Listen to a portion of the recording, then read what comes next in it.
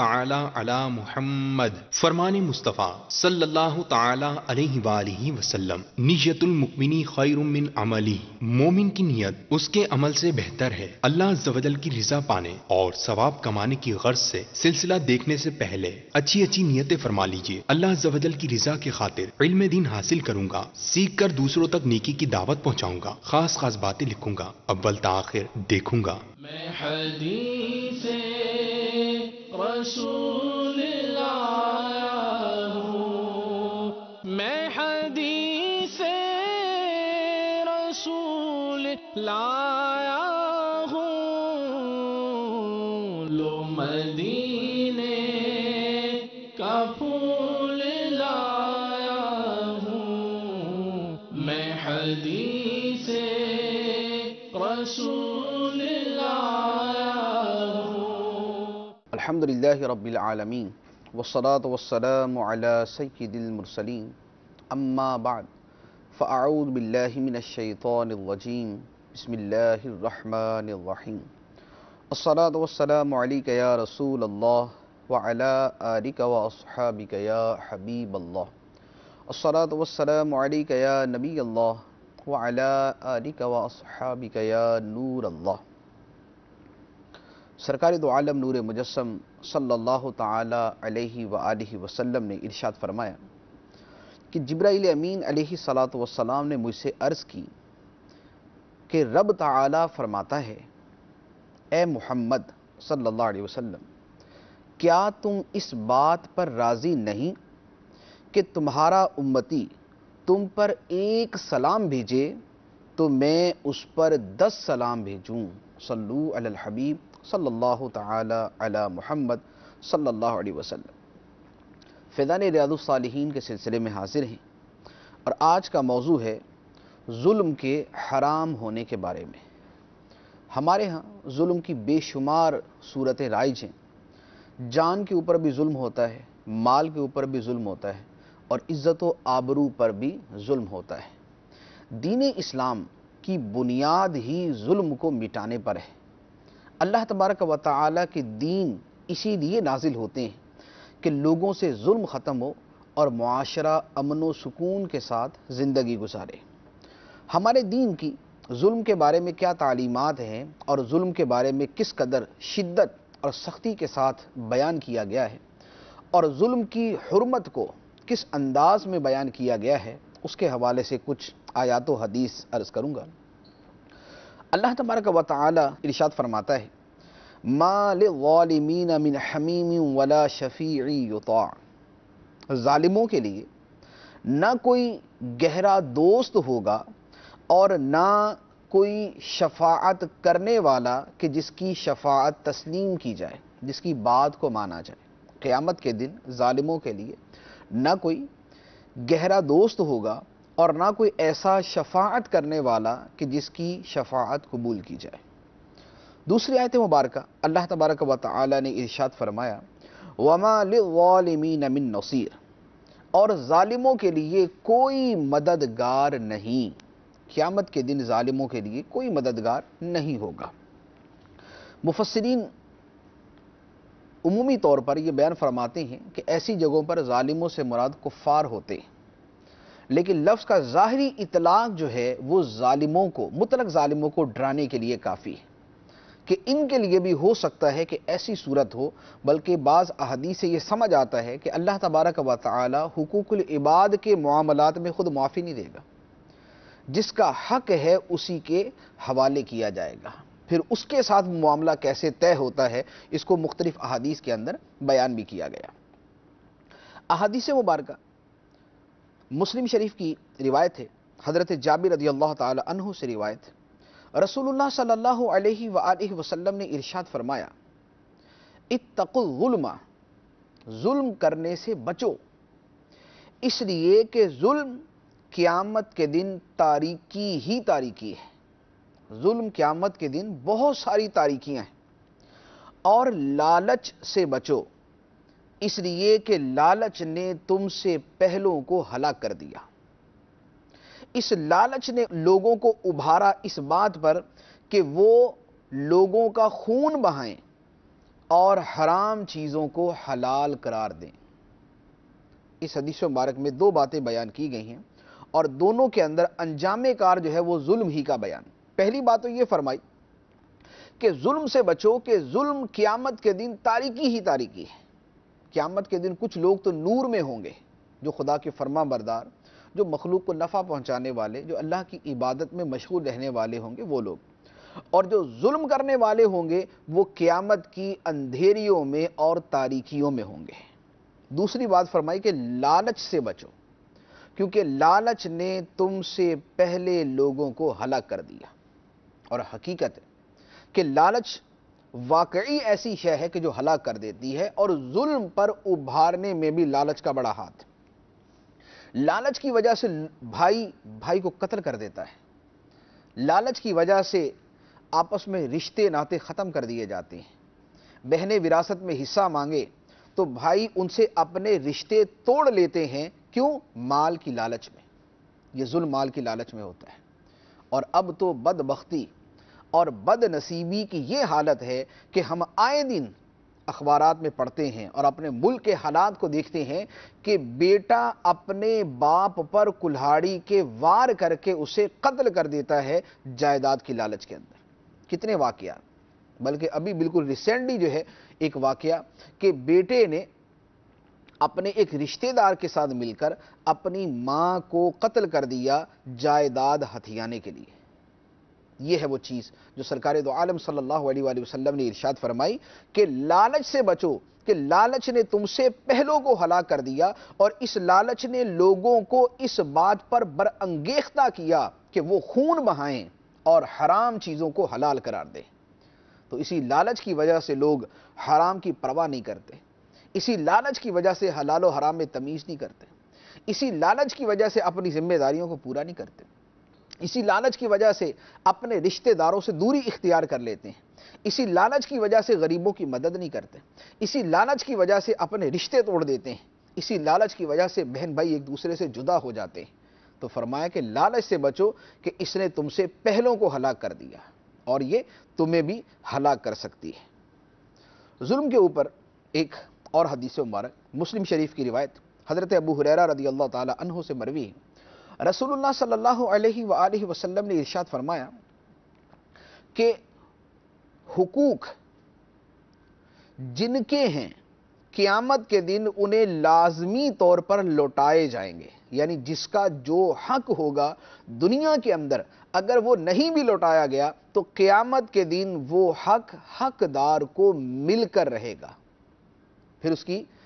ایک ایکسٹریم صورت بیان کرتے ہوئے سرکار دو عالم صلی اللہ علیہ وآلہ وسلم نے فرمایا کہ حتی یقاد للشاة الجلحاء من الشاة القرناء، فرمایا حتیٰ کہ سینگوں والی بکری سے انتقام لیا جائے گا، قصاص لیا جائے گا بے سینگوں والی بکری کا۔ یعنی دنیا کے اندر اگر ایک سینگ والی بکری نے بے سینگ والی بکری کو ٹکر ماری ہوگی، اسے زخمی کیا ہوگا، اسے تکلیف پہنچائی ہوگی، قیامت کے دن اللہ تبارک و تعالی ان جانوروں کے درمیان بھی انصاف فرمائے گا، پھر ان کو فنا کر دیا جائے گا۔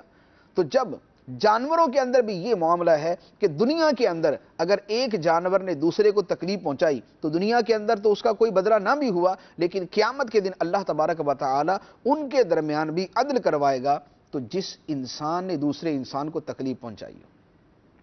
جس پڑوسی نے اپنے پڑوسی کو تکلیف پہنچائی ہو، جس کولیگ نے اپنے کولیگ کو تکلیف پہنچائی ہو، دو اکٹھے کام کرنے والے ایک دوسرے کو پریشان کرتے ہیں، جو ایک دوسرے کو تنگ کرنے والے، ایک دوسرے کو ایذا دینے والے، جو ایک دوسرے کو قتل کر دینے والے ہیں، دن رات دوسروں کا جینا حرام کرنے والے، ان کی زندگیاں تنگ کر دینے والے، ان کی عزت و آبرو پر حملے کرنے والے، ان کی جان لے لینے والے، ان کا مال لوٹ لینے والے، تو دنیا کے اندر اگرچہ ان ظالموں، قاتلوں، فاسقوں سے کوئی بدلہ نہ قانونی طور پہ لیا جائے نہ کسی اور اعتبار سے، لیکن قیامت کے دن خدا کی بارگاہ میں ان کا معاملہ ضرور پیش ہوگا۔ وہاں پر جس کا جو حق ہے وہ اسے دیا جائے گا، مظلوم پر جو ظلم ہوا تھا اس ظلم کا بدلہ قیامت کے دن چکایا جائے گا۔ ایک اور حدیث مبارک بخاری اور مسلم کی حدیث ہے، حضرت نفع بن حارث رضی اللہ تعالی عنہ فرماتے ہیں، فرمایا کہ نبی کریم صلی اللہ علیہ وآلہ وسلم نے ارشاد فرمایا، اور یہ خطبہ جو یہاں پر مذکور ہے یہ 9 ذوالحجہ عرفات کے میدان میں نبی کریم صلی اللہ علیہ وآلہ وسلم نے دیا تھا۔ ارشاد فرمایا فَإِنَّ دِمَاءَكُمْ وَأَمْوَالَكُمْ وَأَعْرَاضَكُمْ حَرَامٌ كَحُرْمَةِ يَوْمِكُمْ هَذَا فِي بَلَدِكُمْ هَذَا فِي شَهْرِكُمْ هَذَا۔ اے لوگو، تمہارے خون اور تمہارے مال اور تمہاری عزتیں، جان مال عزت، 3 چیزیں، تمہاری جانیں، تمہارے مال اور تمہاری عزتیں یہ حرام ہیں، یہ حرام ہیں، اور ان کی حرمت کس قدر عظیم ہے، فرمایا جیسے اس مہینے میں ذوالحجہ میں، اس شہر میں مکے میں، اور اس دن میں یعنی جو عرفات کا دن ہے، جیسے اس مہینے میں اس دن کے اندر جو اس دن کی حرمت ہے، اس طرح تمہاری جان مال عزت ایک دوسرے پر حرام ہے۔ یعنی ایسا تو نہیں ہوگا کہ کوئی خانہ کعبہ پہ حملہ کر دے، خانہ کعبہ پہ حملہ حرام، اور جو حدود حرم ہیں ان کے اندر لڑنا حرام، ان کی حرمت ہے، اور اس ذوالحجہ کے مہینے کی حرمت ہے، اور عرفات کے دن کی حرمت ہے، تو جیسے اس کی حرمت ہے، فرمایا تمہاری جان مال عزت و آبرو کی حرمت اللہ کی بارگاہ میں ایسی ہے، یہ سب ایک دوسرے پہ حرام، نہ کسی کا خون کر سکتے ہو، نہ کسی کا مال چھین سکتے ہو، اور نہ کسی کی عزت پر حملہ کر سکتے ہو۔ خدا نے تمہارے اوپر یہ تینوں چیزیں حرام کر دی۔ پھر اس کے بعد فرمایا اے لوگو، ان قریب تم اپنے رب سے ملو گے تو وہ تم سے تمہارے اعمال کے بارے میں سوال کرے گا۔ تم اپنے رب سے ملو گے قیامت کے دن تو وہ تم سے تمہارے اعمال کے بارے میں سوال کرے گا۔ اب جو سرکار دو عالم صلی اللہ علیہ وآلہ وسلم نے ارشاد فرمایا بڑے غور سے سننے کا ہے، اور ہمارے جو معاشرے کی حالت ہے، جو ہمارے ملک کی حالت ہے، جو مسلمانوں کی حالت ہے، ذرا اس کے اوپر تھوڑا سا اس کو منتبہ کر کے دیکھیں۔ سرکار دو عالم صلی اللہ علیہ وآلہ وسلم فرماتے ہیں، خبردار اے لوگو میرے بعد کافر نہ ہو جانا، اے لوگو میرے بعد کافر نہ ہو جانا کہ ایک دوسرے کی گردنیں اڑاتے پھرو، ایک دوسرے کو قتل کرتے پھرو، میرے بعد کافر نہ ہو جانا۔ یعنی مسلمان مسلمان کی گردن اڑائے، مسلمان مسلمان کو گولی مارے، مسلمان مسلمان کو جو ہے وہ خنجروں کے اور تلواروں کے وار سے جان سے مار دے، مسلمان مسلمان کا قاتل بن جائے، فرمایا میرے بعد کافر نہ ہو جانا۔ اس قدر شدت کے ساتھ اور اس قدر سخت انداز کے اندر مسلمان کے خون کی حرمت کو سرکار دو عالم صلی اللہ علیہ وآلہ وسلم نے بیان فرمایا، اور اس سے پہلے بتا بھی دیا کہ اے لوگو خبردار تم اپنے رب سے ملو گے، تمہارا رب تم سے تمہارے اعمال کے بارے میں سوال کرے گا، پوچھا جائے گا اس کو قتل کیا کیوں کیا تھا، اس کو مارا تھا کیوں مارا تھا، اس کا خون بہایا تھا کیوں بہایا تھا، اس کی بیوی کو بیوہ کر دیا کیوں کر دیا، اس کے بچوں کو یتیم کر دیا کیوں کر دیا۔ ایک ایک سوال اللہ کی بارگاہ میں پوچھا جائے گا، اور یہ پوچھنے والا کوئی اور نہیں خدا ہوگا، خالق و مالک ہوگا، اللہ پوچھے گا۔ تو یہ قتل کرنے والے اور جو ان کو قتل کے اس پیشے پر لگاتے ہیں، جو دوسروں کو پیسے دے کے یا کسی بھی بنیاد پر جو قتل و غارت گری میں مبتلا لوگوں کو کرتے ہیں، قیامت کے دن سوال کیا جائے گا۔ یہاں جو کافر کا لفظ بیان کیا گیا اس کا مطلب یہ ہے کہ مسلمان کو قتل کرنا مسلمان کا کام نہیں ہو سکتا، یہ کافروں کا کام ہے۔ باقی یہ ہے کہ کبیرہ گناہ کی وجہ سے کوئی بندہ کافر نہیں ہوتا جب تک حلال نہ سمجھے، وہ مسئلہ اپنی جگہ، لیکن ایک وعید کے اعتبار سے اور ان جو لفظوں کا انتخاب حدیث مبارک کے اندر کیا گیا، ذرا اس کے اوپر غور فرما لیں۔ اور پھر یہ بات فرمانے کے بعد نبی کریم صلی اللہ علیہ وآلہ وسلم نے ارشاد فرمایا کہ خبردار سن لو، جو یہاں موجود ہے، یعنی جو سرکار دو عالم صلی اللہ علیہ وسلم کی یہ باتیں سن رہا ہے، فرمایا جو موجود ہے وہ دوسرے لوگوں تک یہ بات پہنچا دے، جو یہاں موجود نہیں ہے ان تک یہ بات پہنچا دے، کیونکہ بہت دفعہ جن تک بات پہنچتی ہے وہ اصل سننے والوں سے زیادہ اچھے طریقے سے اس بات کو یاد رکھتے ہیں۔ یعنی گویا فرما دیا کہ میں نے یہاں جو باتیں کی ہیں یہ تو صحابہ کے سامنے ہوئی، تو اب یہ صحابہ تک محدود نہیں رہیں گی، فرمایا یہ صحابہ آگے دوسروں تک پہنچائیں، یہ نسل در نسل باتیں چلتی جائیں، یہ تا قیام قیامت مسلمان یہ باتیں آگے پہنچاتے رہیں تاکہ ہر صدی کا، ہر زمانے کا مسلمان ان باتوں کو جانے کہ اللہ اور اللہ کے رسول نے جان، مال، عزت و آبرو کی حرمت رکھی۔ جان کی قدر ہے اسلام کے اندر، مال کی قدر ہے اسلام کے اندر، اور عزت و آبرو کی قدر ہے اسلام کے اندر۔ آج تینوں کے اوپر ڈاکے پڑ رہے ہیں، نہ جان محفوظ، نہ مال محفوظ، نہ عزت محفوظ۔ اللہ اکبر۔ جن کے نبی اپنے آخری عظیم خطبے کے اندر اور اپنے آخری حج کے اندر 1,00,000 سے زیادہ صحابہ کرام کی موجودگی کے اندر یہ خطبہ ارشاد فرمائے اور فرمائے کہ آگے لوگوں تک پہنچاؤ، اسی نبی علیہ الصلوۃ والسلام کی امت کا یہ حال ہو کہ ایک دوسرے کی گردنیں اس انداز میں کاٹ رہے ہوں کہ قتل کرنے والے کو یہ پتہ نہیں کہ میں نے کیوں قتل کیا، اور قتل ہونے والے کو یہ پتہ نہیں کہ میں کیوں مارا گیا، راہ چلتے گولی لگی مارا گیا، مارنے والے نے بھی بس اندھا دھند مار دیا، مرنے والا بیچارہ بھی مر گیا، نہ مارنے والے کو وجہ پتہ نہ مرنے والے کو وجہ پتہ۔ کیا اسلام نے یہ معاشرہ قائم کرنے کا کہا تھا؟ کیا ہمارا دین ہمیں یہ بتاتا ہے کہ اللہ کے حکام یہ ہیں کہ اللہ کے رسول صلی اللہ علیہ وآلہ وسلم نے جو زندگی بھر ایک اسلامی معاشرہ قائم کرنے کے لیے جو اتنے جتن کیے، جو اتنی مشقتیں برداشت کی، کیا وہ یہ تھا؟ اور کیا آج کے مسلمانوں کی یہ ذمہ داری ہے کہ وہ خاموش رہیں اور اس موضوع کے حوالے سے وہ اپنی کاوشیں نہ کریں، وہ کوشش نہ کریں، وہ سرکار دو عالم صلی اللہ علیہ وآلہ وسلم کے یہ فرامین دوسروں تک نہ پہنچائیں؟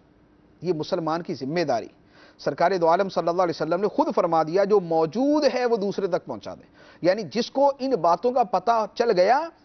وہ ان تک پہنچائے جن کو ان باتوں کا پتہ نہیں۔ اور پھر اس کے بعد سرکار صلی اللہ علیہ وآلہ وسلم نے صحابہ کرام کو مخاطب کر کے ارشاد فرمایا کہ کیا میں نے پہنچا دیا، یعنی خدا کا پیغام تم تک پہنچا دیا، کیا میں نے پہنچا دیا؟ تو صحابہ کرام کہتے ہیں کہ ہم نے عرض کی کہ ہاں یا رسول اللہ صلی اللہ علیہ وسلم، آپ نے اللہ کا پیغام پہنچا دیا۔ تو سرکار دو عالم صلی اللہ علیہ وآلہ وسلم نے اللہ عز و جل کی بارگاہ میں عرض کی، اے اللہ تو گواہ ہو، تو گواہ ہو جا کہ یہ سارے کہہ رہے ہیں کہ میں نے تیرا پیغام ان تک پہنچا دیا۔ تو جو پیغام اللہ کا، اللہ کے رسول صلی اللہ علیہ وسلم نے ہم تک پہنچایا وہ ہماری ذمہ داری ہے آگے پہنچانا۔ جب تک ہم اپنے گھر میں، اپنے پاس پڑوس میں، اپنے محلے میں، اپنے جاننے والوں میں اللہ کے رسول صلی اللہ علیہ وآلہ وسلم کا یہ پیغام نہیں پہنچاتے، جب تک اپنا دین پورے طریقے سے نہیں پہنچاتے، تب تک معاشرے کے سدھرنے کی کوئی صورت نہیں۔ دین چھپانے سے معاشرہ نہیں سدھرے گا، دین پھیلانے سے معاشرہ سدھرے گا، اور ظلم جب تک بڑھتا جائے گا معاشرہ تباہ ہوتا جائے گا۔ صلو علی الحبیب صلی اللہ تعالی علی محمد۔ اس سلسلے کا بقیہ حصہ اذان عشاء کے بعد ملاحظہ کیجیے۔ عاشقان رسول متوجہ ہوں، باب المدینہ کراچی میں اذان عشاء کا وقت ہو چکا ہے۔ بسم اللہ الرحمن الرحیم، الصلاة والسلام علیک یا رسول اللہ وعلى آلك وأصحابك يا حبيب الله، الصلاة والسلام عليك يا نبي الله وعلى آلك وأصحابك يا نور الله۔ عاشقان رسول متوجہ ہوں، براہ راست ہونے والی اذان سنتے ہی اللہ عز و جل کی رضا کے لیے گفتگو اور کام کاج روک کر اذان کا جواب دینے کی عادت بنائیے اور ڈھیروں نیکیاں کمائیے۔ مگر یہ اذان ریکارڈ شدہ ہے، اس کا جواب دینا ضروری نہیں۔ اللہ اکبر، اللہ اکبر، اللہ اکبر، اللہ اکبر،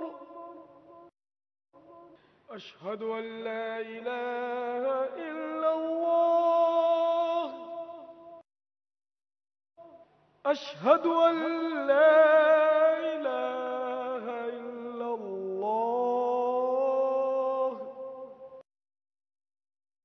اشہد ان محمد رسول اللہ،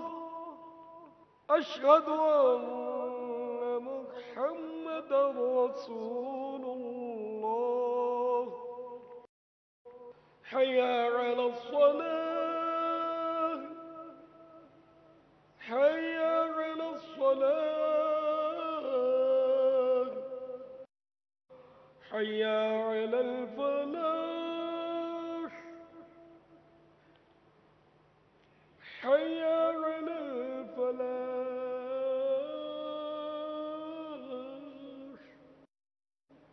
الله أكبر الله أكبر لا إله إلا الله الصلاة والسلام عليك يا رسول الله وعلى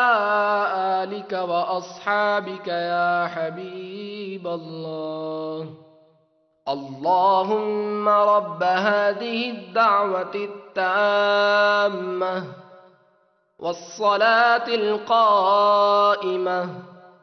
آت سيدنا محمدا الوسيلة والفضيلة والدرجة الرفيعة وابعثه مقاما محمودا الذي وعدته وارزقنا شفاعته يوم القيامة إنك لا تخلف الميعاد برحمتك يا ارحم الراحمین۔ اے اللہ، اس دعوت تامہ اور صلاۃ قائمہ کے مالک، تو ہمارے سردار حضرت محمد صلی اللہ تعالی علیہ وآلہ وسلم کو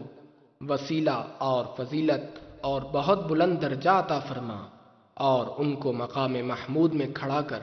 جس کا تو نے ان سے وعدہ کیا ہے، اور ہمیں قیامت کے دن ان کی شفاعت نصیب فرما۔ بے شک تو وعدے کے خلاف نہیں کرتا،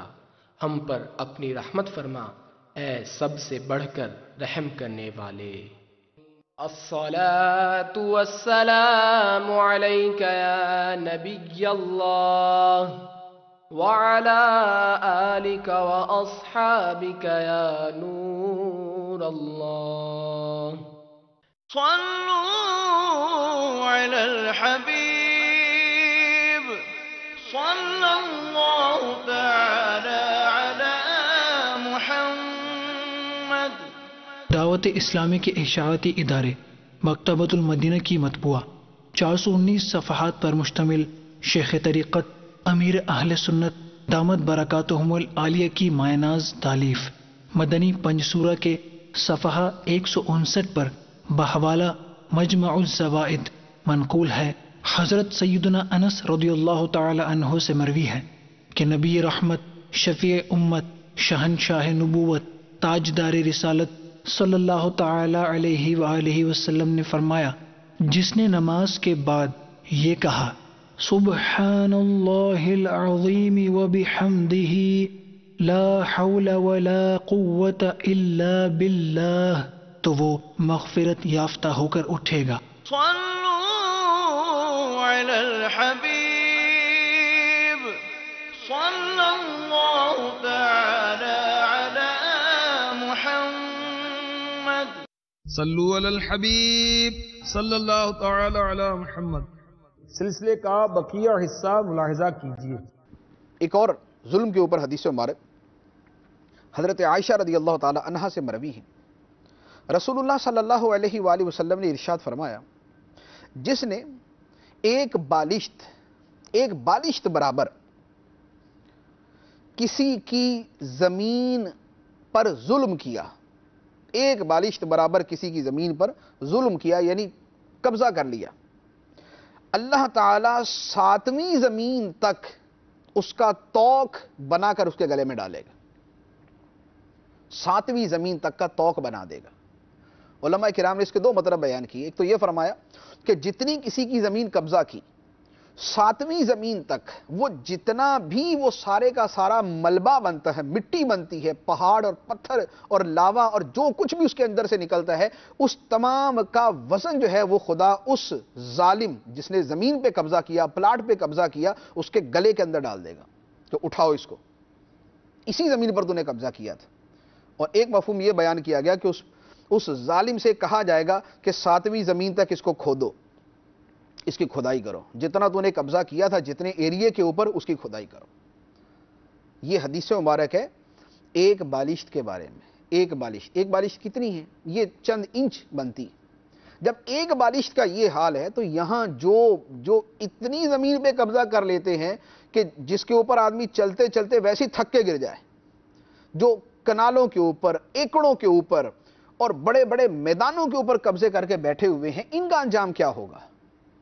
ایک بالشت کا حساب دینا خدا کی بارگاہ میں مشکل ہے۔ یہ بڑے بڑے پلاٹوں کے اوپر قبضے کرنے والے، یہ لینڈ مافیا کے جتنے جو ہے وہ بڑے بڑے لوگ ہیں، یہ خدا کی بارگاہ میں کیسے حساب دیں گے؟ اور ہمارے ہاں تو اس کو بہادری کی علامت سمجھا جاتا ہے کہ جناب یہ بہت لینڈ لارڈ آدمی ہے، کہ لینڈ مافیا کا یہ جو ہے وہ سربراہ ہے، اس کے آگے اس سے کوئی آنکھ نہیں ملا سکتا، اس کی طرف کوئی ہاتھ نہیں اٹھا سکتا۔ ٹھیک ہے، دنیا میں کوئی نہیں اٹھا سکتا، لیکن اللہ کی بارگاہ میں کیا کریں گے؟ خدا کی بارگاہ میں کیا جواب دیں گے؟ وہاں پر کون سے آوان و انصار اور کون سے مددگار اور کون سے سپورٹر اور کون سے وہ پالے ہوئے گنڈے ہوں گے جو خدا کی بارگاہ میں اس بندے کی مدد کریں گے؟ یہاں تو اسلحے کے زور پہ، یہاں تو اپنی بدماشی کے زور پہ، اپنے نام کے زور پہ، اپنے عہدے کے زور پہ سب کچھ کر لیا جائے گا، خدا کی بارگاہ میں کیا کریں گے؟ یہاں کسی کے کہنے سے مجبور ہو کر بھی ظلم کیا جا سکتا ہے، لیکن کیا خدا کی بارگاہ میں یہ جواب دے سکیں گے کہ مجھے فلاں نے کہا تھا اس لیے میں نے کیا؟ اللہ تعالیٰ کی بارگاہ سے تو یہ ہوگا کہ وہ تیرے لیے بڑا تھا یا میں تیرے لیے بڑا تھا؟ اللہ اکبر، اللہ سب سے بڑا ہے۔ بولتا کیا تھا نماز کے اندر؟ کبریائی اور بڑائی تو خدا کی بیان کرتا تھا، لیکن عمل کے اعتبار سے تو اس کو خدا بنایا ہوا تھا، اس کی بات کو سنتا تھا، اس کی بات کو مانتا تھا، میری بات کو کہاں مانتا تھا؟ تو خدا کی بارگاہ میں کیا جواب دینا ہے؟ ایک بالشت قبضہ کرنے کے اوپر یہ وعید بیان کی گئی، تو جو بڑی بڑی زمینیں قبضے کر کے بیٹھے اور کھا گئے اور مر گئے اور دنیا سے بھی چلے گئے، تو کیا لے گئے؟ 1 کروڑ ایکڑ زمین بھی قبضہ کر لی تو کیا ساری کے اوپر قبر بنا دی گئی؟ نہیں، قبر تو اتنی ہی جگہ کے اوپر بنی نا، 2 گز زمین کے اوپر ہی قبر بنی، بقیہ ساری زمین کدھر گئی؟ صرف گلے کا توق بنی، صرف گلے کا توق بنی۔ تو کیا فائدہ ہوا؟ مر کے جانا 2 گز زمین کے اندر اور قبضہ کر لیا جو ہے وہ ایکڑوں کے اوپر، اور اس کو صرف گلے کا توق بنا لیا۔ تو تھوڑا سا غور کرنے کی، تھوڑا سا فکر کرنے کی، تھوڑا سا اپنے آپ کو سمجھانے کی ضرورت ہے کہ یہ اتنے قبضے، یہ اتنے ظلم، یہ اتنے مال کھا جانا، اس کا بنے گا کچھ نہیں، اس کا نتیجہ کچھ نہیں نکلے گا۔ ایک اور حدیث مبارک حضرت ابو موسیٰ رضی اللہ تعالیٰ عنہ سے مروی ہے، سرکار دو عالم صلی اللہ علیہ وآلہ وسلم نے ارشاد فرمایا کہ بے شک اللہ تعالیٰ ظالم کو ڈھیل دیتا ہے، پھر جب اسے پکڑتا ہے تو چھوڑتا نہیں۔ اللہ تعالیٰ ظالم کو ڈھیل دیتا ہے، مہلت دیتا ہے، لیکن جب اسے پکڑتا ہے تو چھوڑتا نہیں۔ پھر سرکار دو عالم صلی اللہ علیہ وآلہ وسلم نے یہ آیت پڑھی، وَكَذَلِكَ أَخْذُ رَبِّكَ إِذَا أَخَذَ الْقُرَى وَهِيَ ظَالِمَةٌ إِنَّ أَخْذَهُ أَلِيمٌ شَدِيدٌ، سورہ ہود۔ اور اسی طرح تیرے رب کی گرفت ہوتی ہے جب وہ کسی بستی والوں کو پکڑ لے، جبکہ وہ بستی والے ظالم ہو۔ بے شک اللہ کی گرفت شدید دردناک ہے، اللہ کی گرفت شدید دردناک ہے۔ تو ظالم کو دنیا میں مہلت ملتی ہے، مہلت مل جاتی ہے، لیکن کبھی تو دنیا کے اندر ہی اس کا تختہ الٹ جاتا ہے اور لوگوں کے لیے عبرت کا نمونہ بن جاتا ہے، ورنہ باہر مر کے تو دنیا سے جانا ہی۔ بڑے بڑے ظالم جنہوں نے بڑے بڑے ظلم کیے، خواہ وہ چنگیز خان ہو، خواہ وہ ہلاکو خان ہو، خواہ وہ اس سے بڑے بڑے ظالم یا ہمارے زمانے کے بڑے بڑے ظالم ہو یا اس سے پرانے زمانے کے ظالم ہو، سارے مر کے دنیا سے چلے گئے۔ نہ ان کا مال بچا، نہ ان کا پیسہ بچا، نہ ان کی اولادیں بچی، نہ ان کے چاہنے والے بچے، نہ ان کے ماننے والے بچے، سب فنا ہو گئے، سب ختم ہو گئے۔ رب کی گرفت ہے، اور خدا کی گرفت بڑی مضبوط اور بڑی شدید ہے۔ ایک اور حدیث مبارک حضرت معاذ رضی اللہ تعالی عنہ سے مروی ہے کہ مجھے رسول اللہ صلی اللہ تعالی علیہ وآلہ وسلم نے بھیجا اور ارشاد فرمایا، وَاتَّقِ دعوت المظلوم فَإِنَّهُ لَيْسَ بَيْنَهَا وَبَيْنَ اللَّهِ حِجَابٌ، فرمایا کہ مظلوم کی بد دعا سے بچنا، مظلوم کی بد دعا سے بچنا، اس لیے کہ مظلوم کی دعا اور اللہ کے درمیان کو پردہ نہیں ہوتا،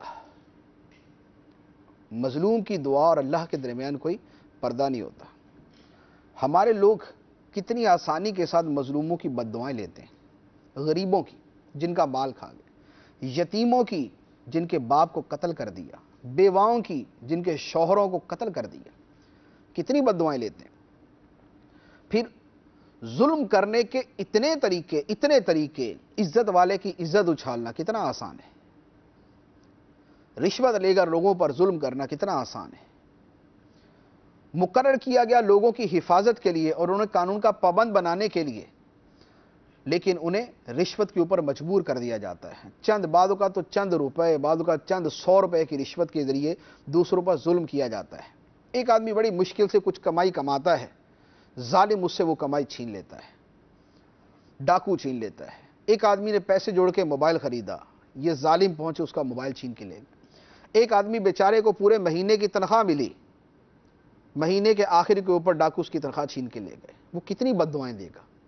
اس کے گھر والے جس کرب اور جس تکلیف اور جس الم سے گزریں گے، اس حالت کے اندر وہ کون سی بد دعائیں دیں گے۔ اور اللہ تبارک و تعالیٰ کے حبیب صلی اللہ علیہ وسلم فرماتے ہیں کہ مظلوم کی بد دعا سے بچو، اس لیے کہ اس کی بد دعا کے درمیان اور خدا کے درمیان کوئی پردہ نہیں ہوتا۔ اللہ تعالیٰ مہلت دیتا ہے، وہ ایک دوسرا معاملہ ہے، لیکن گرفت بڑی شدید ہوتی ہے، اور یہ گرفت دنیا کے اندر بھی ہو سکتی ہے اور یہ آخرت کے اندر بھی ہو سکتی ہے، ورنہ آخرت کے اندر تو لازمی طور پہ یہ ہوگی ہی ہوگی۔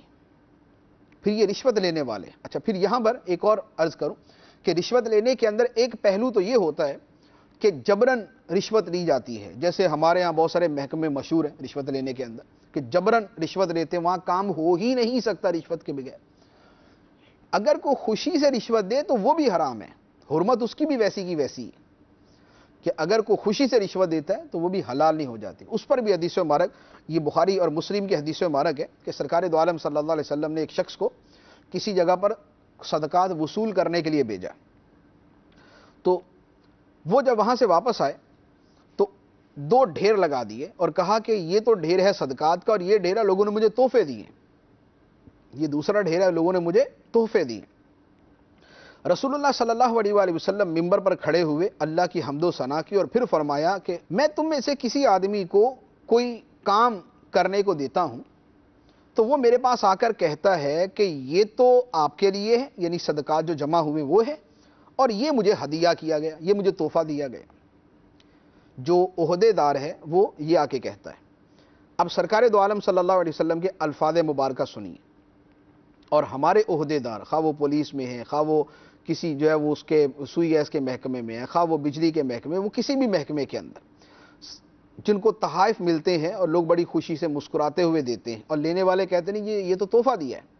سرکار صلی اللہ علیہ وسلم فرماتے ہیں کہ یہ آدمی اپنے باپ کے گھر میں یا اپنی ماں کے گھر میں کیوں نہیں بیٹھ جاتا کہ اس کے پاس گھر کے اندر پھر تحفے آئیں۔ یعنی اس کو تحفہ دیا ہی اس لیے گیا ہے کہ اس کے پاس عہدہ ہے، منصب ہے، اس سے کام نکلوایا جائے گا، ورنہ اپنے باپ کے گھر بیٹھے، اپنی ماں کے گھر بیٹھے، پھر دیکھے لوگ تحفہ دیتے یا نہیں دیتے۔ تو ایک بدیہی بات ہے کہ جب تک کوئی آدمی عہدے پر ہوتا ہے لوگ بڑے مسکرا کے ملتے بھی ہیں، تحفے بھی دیتے، سارا کچھ کرتے ہیں، اور جب وہ ریٹائر ہو جائے، اب وہ بڑے پولیس کا بڑے سے بڑا افسر ہو، خواہ وہ کسی بھی شعبے کا بڑے سے بڑا افسر ہو، جب وہ اپنے گھر پہ بیٹھ جاتا ہے اب لوگ اس کو تحفہ نہیں دیتے، کیوں؟ تو یہ طرز عمل بتاتا ہے کہ اس کا تحفہ دینا جو ہے یہ اصل میں رشوت تھی، جب تک اس سے کام نکلوایا جا سکتا تھا تب تک اس کو رشوت دے دی گئی، اور جب کام نکلوانے کی اس کے پاس اتھارٹی نہیں رہی تو اس کو تحفہ دینا بند کر دیا، تو یہ بھی حرام اور یہ بھی ناجائز۔ پھر ایک اسی حدیث مبارک کا ایک اور ٹکڑا ہے، نبی کریم صلی اللہ علیہ وسلم نے فرمایا کہ اللہ کی قسم تم میں کوئی شخص ناحق کوئی بھی شے لے گا، ناحق کوئی بھی شے لے گا، یعنی کسی کی کوئی بھی شے اس نے لے لی رشوت کے طور پہ یا چھین کر، فرمایا وہ اللہ سے اس حال میں ملے گا کہ اس شے کو اٹھائے ہوئے ہوگا، اس شے کو اٹھائے ہوئے ہوگا۔ اب اس کی مثال جو بیان فرمائی ذرا اس پہ غور کریں، فرمایا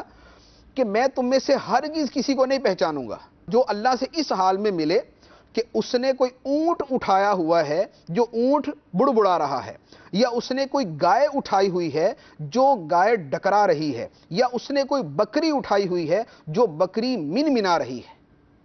یعنی قیامت کے دن جس نے دنیا میں جو شے رشوت میں لی ہوگی، یا جو ناحق کسی سے لی ہوگی وہ قیامت کے دن اس کو اٹھا کر خدا کی بارگاہ میں آئے گا۔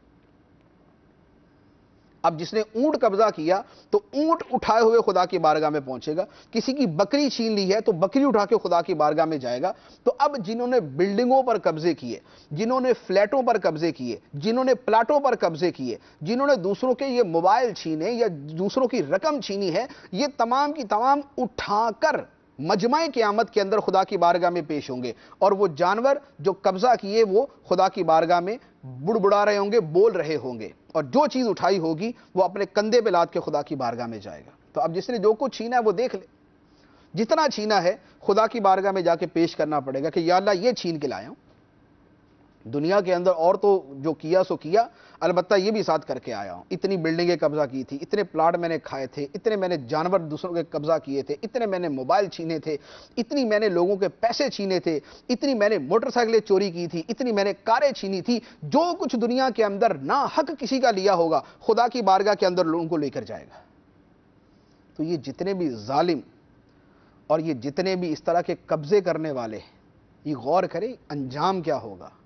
ابھی تو آنکھوں پر پٹی ہے، دنیا کا مال ملتا خوش ہوتے ہیں، لیکن خدا کی بارگاہ میں حساب کیسے دینا۔ ایک اور حدیث مبارک جو قتل ہی کے بارے میں ہے، رسول اللہ صلی اللہ علیہ وآلہ وسلم نے فرمایا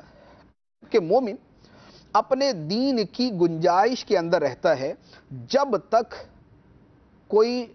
حرام خون کا ارتکاب نہ کرے، یعنی دین کشادہ ہے، بندہ دین کے اندر اندر رہتا ہے جب تک کہ وہ قتل ناحق کا ارتکاب نہ کرے، اور قتل ناحق کا ارتکاب کر لے تو پھر دین اس پہ تنگ ہو جاتا ہے، پھر دین کی جو گنجائش اور وسعت ہے وہ اس کو تنگ پڑ جاتی ہے۔ اب اس کے کتنے مفہوم ہو سکتے ہیں، لیکن ایک سویر صورت بیان کی ہے کہ دین کی گنجائش اس بندے کے لیے ختم ہو جاتی ہے جو قتل ناحق کا ارتکاب کرتا ہے۔ ایک اور حدیث مبارک جس میں اس طرح کے تمام مظالم کو ابھی سے سدھار لینے کا فرمایا گیا، حضرت ابو ہریرہ رضی اللہ تعالیٰ عنہ فرماتے ہیں رسول اللہ صلی اللہ علیہ وسلم نے فرمایا، لوگوں کیا تم جانتے ہو مفلس کون ہے؟ عرض کی کہ حضور مفلس ہم میں سے وہ ہے کہ جس کے پاس درم نہ ہو، سامان نہ ہو، یعنی مال پیسہ نہ ہو، وہ مفلس آدمی، کنگال آدمی۔ فرمایا میری امت کا مفلس وہ ہے جو قیامت کے دن نمازیں لے کر آئے گا، روزے لے کر آئے گا، زکوٰۃ لے کے آئے گا، یعنی نمازیں پڑھی، روزے رکھے، زکوٰۃ دی، لیکن آئے گا اس حال میں کہ اس کو گالی دی ہوگی، اس پر تہمت لگائی ہوگی، اس کا مال کھایا ہوگا، اس کا خون بہایا ہوگا اور اسے مارا ہوگا، یعنی ساتھ یہ حرکتیں بھی کی ہوں گی، گالی دی ہوگی، بہتان لگایا ہوگا، مال کھایا ہوگا، قتل کیا ہوگا، کسی کو مارا ہوگا۔ فرمایا کہ اس کی نیکیاں لے لے کر مظلوموں کو دے دی جائیں گی، اور اگر نیکیاں ختم ہوگی اور حساب ابھی ختم نہ ہوا ہوگا تو مظلوموں کے گناہ اٹھا کر اس بندے پر ڈال دیے جائیں گے اور اسے جہنم کے اندر پھینک دیا جائے گا۔ نمازی ہے، روزے رکھنے والا ہے، زکوٰۃ دینے والا ہے، لیکن ظالم ہے، کسی کا مال چھینا ہے، کسی کو مارا ہے، کسی کو قتل کیا، کسی کو گالی دی، کسی کو برا بلا کہا، کسی کو مارا، انجام یہ ہوگا۔ یہ تو نمازی وغیرہ کا بیان کر دیا، جو نمازی بھی نہ ہوگا اس کا حال تو اس سے بھی برا۔ ہمارے ہاں تو اگر کوئی ذرا بڑا ہاتھ چھٹ آدمی ہے، جس کو چاہے مار دے، جس کو چاہے برا بلا کہہ دے، جس کو چاہے گالی دے دے، تو کیا جناب یہ تو چودھری صاحب کا بچہ ہے جی، کچھ بھی کر سکتا ہے، یہ ایم این اے صاحب کا بھتیجا ہے، یہ تو فلاں ایم این اے کا بھانجا ہے، یہ اس کا سالہ ہے، جو مرضی کرے، تو یہ فلاں پارٹی سے تعلق رکھتا ہے، اس کی طرح تو آنکھ اٹھا کے کوئی نہیں دیکھ سکتا، جس کو چاہے ہاتھ مار دے، جس کو چاہے تھپڑ مار دے، جس کو چاہے مکہ مار دے، جس کی چاہے جو ہے وہ عزت جو ہے وہ اس کا تمسخر اڑا دے، اس کو تو کوئی کچھ نہیں کہہ سکتا، کوئی کچھ نہیں کہہ سکتا۔ دنیا میں اللہ کی بارگاہ میں مفلس، کنگال، نمازیں ہوں گی گئی، روزے ہوں گے گئے، زکوٰۃ ہوگی گئی، ساری نیکیاں اٹھا کر مظلوموں کو دی جائیں گی، اور پھر بھی حساب پورا نہ ہوا تو مظلوموں کے گناہ اٹھا کر اس آدمی کے اوپر ڈال دیے جائیں گے اور جہنم کے اندر اس کو پھینک دیا جائے گا۔ یہ ہے اسلام کی تعلیم، یہ ہے ہمارا دین ہمیں بتاتا۔ اسی لیے سرکار دو عالم صلی اللہ علیہ وسلم نے فرمایا مسلمان وہ ہے کہ جس کے ہاتھ اور زبان سے دوسرے مسلمان محفوظ رہیں،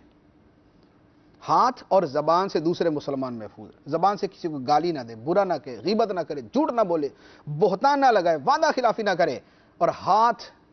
کسی پر ظلم کرنے کے لیے نہ اٹھے۔ یہ ہے مسلمان۔ اللہ تبارک و تعالی ہمیں اسلام کی سچی تعلیمات سیکھنے اور اس پر عمل کرنے کی توفیق عطا فرمائے، آمین بجاہ النبی الامین صلی اللہ علیہ وسلم۔ میں حدیث رسول لایا ہوں، میں حدیث رسول لایا ہوں، لو مدینے کا پھول لایا ہوں، میں حدیث رسول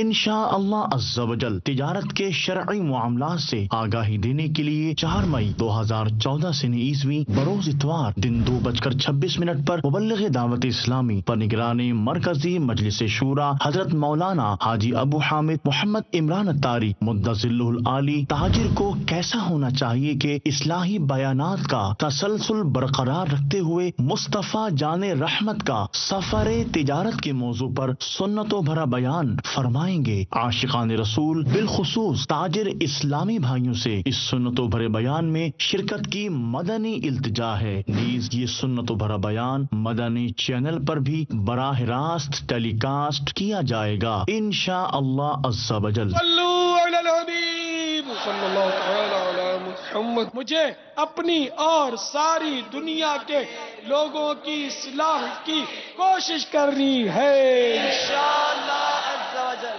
دعوت اسلامی کا کام آپ نے دیکھا نا، کتنا بڑا کام۔ 175 ملکوں کے ہزاروں شہروں میں ایک ملک ہے انڈیا۔ ہندوستان اکیلے ملک کے اندر دعوت اسلامی کے 500 سے زیادہ ہفتہ وار اجتماعات ہوتے ہیں، تو 175 ملکوں کے کتنے شہروں میں کام ہوگا؟ ہزاروں ہزار شہروں میں دعوت اسلامی کا الحمدللہ مدنی کام ہو رہا ہے۔ اب ایک تو ملک بتا دیے، شعبہ جات 80 سے زیادہ شعبہ جات ہیں۔ اس کا کبھی سوچا آپ نے کہ اتنا بڑا نیٹ ورک چلانے کے لیے دعوت اسلامی کا خرچہ کتنا ہوگا؟ آپ چھوٹی سی دکان چلاتے ہیں، اپنا بجٹ بناتے ہیں، ایک فیملی ہوتی ہے اس کا خرچہ آپ بناتے ہیں، جو کروڑوں کی فیملی ہو اس کے کتنے اخراجات ہوں گے؟ ایک شعبہ آپ نے دیکھا جامعۃ المدینہ، جس میں بچے درس نظامی کرتے ہیں، عالم بنتے ہیں، عالم کورس کرتے ہیں۔ دعوت اسلامی کے پاکستان میں اسلامی بھائیوں اور اسلامی بہنوں کے ملا کے کم و بیش 200 جامعات ہیں، جس کے اندر 12 سے 15 ہزار اسلامی بھائی اور اسلامی بہنیں